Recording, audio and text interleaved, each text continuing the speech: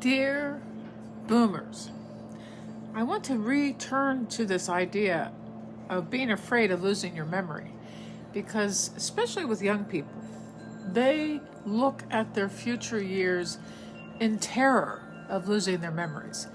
How do I know this? Because I had written a blog about it and many comments came up about it. They have their grandmothers, their grandfathers, even their mothers and their fathers lose their memory through extreme dementia.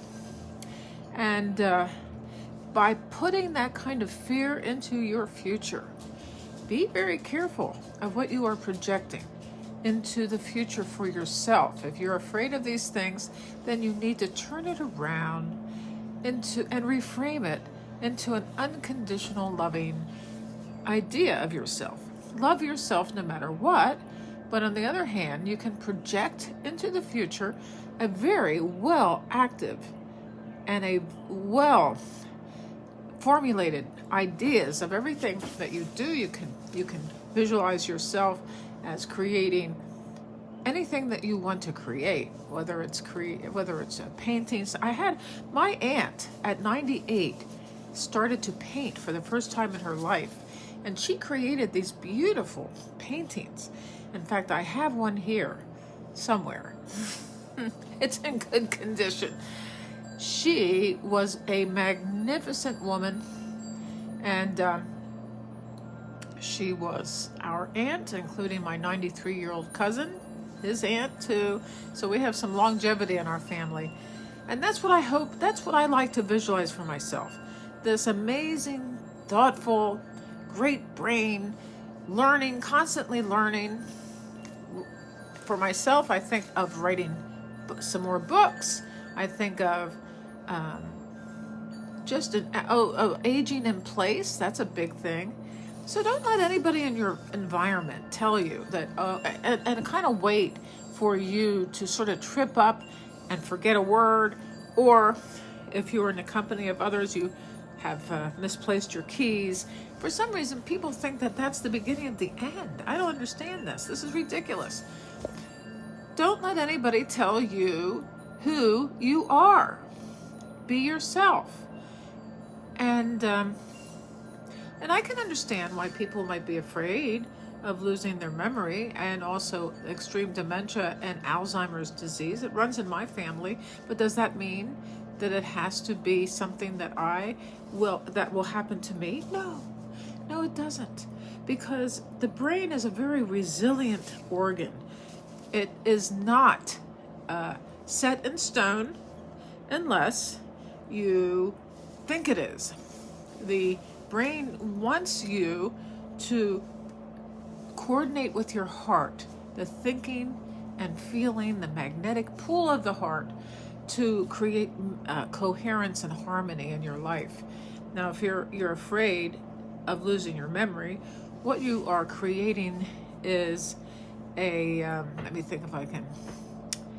You are actually creating stress. Your cortisol levels go up and they start freaking out. And if you're constantly in a state of fear about losing your memory, you are creating cortisol, and which is the stress hormone. And studies have shown, the brain waves show a mental incoherence. But if you concentrate on bringing the breath into your heart and also through your body, through the body and down and up, you are creating a state of coherence and harmony. Now, why is this important? Because from a state of harmony in your brain and in your heart, you are actually strengthening the potential for what you want to achieve.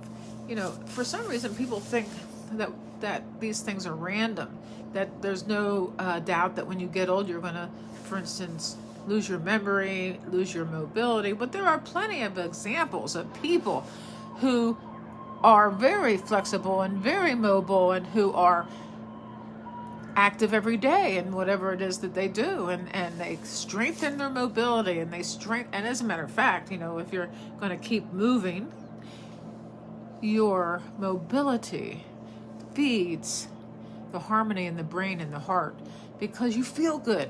So the stress hormones are gone.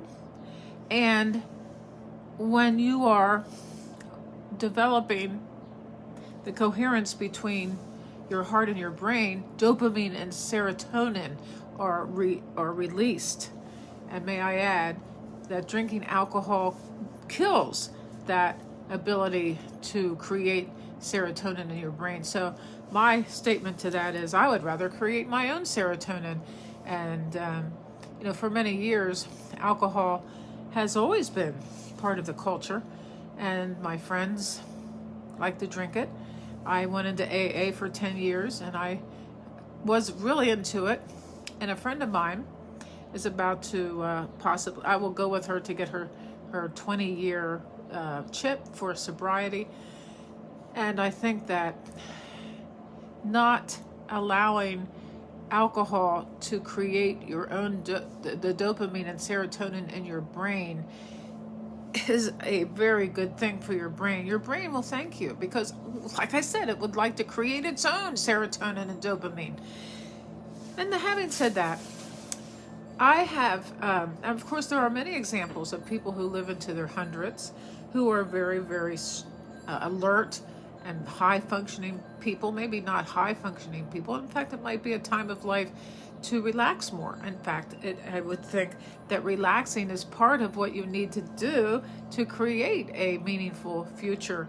Relaxing is, Will Johnson's going to come onto the show here, the YouTube channel show, on the 22nd of April.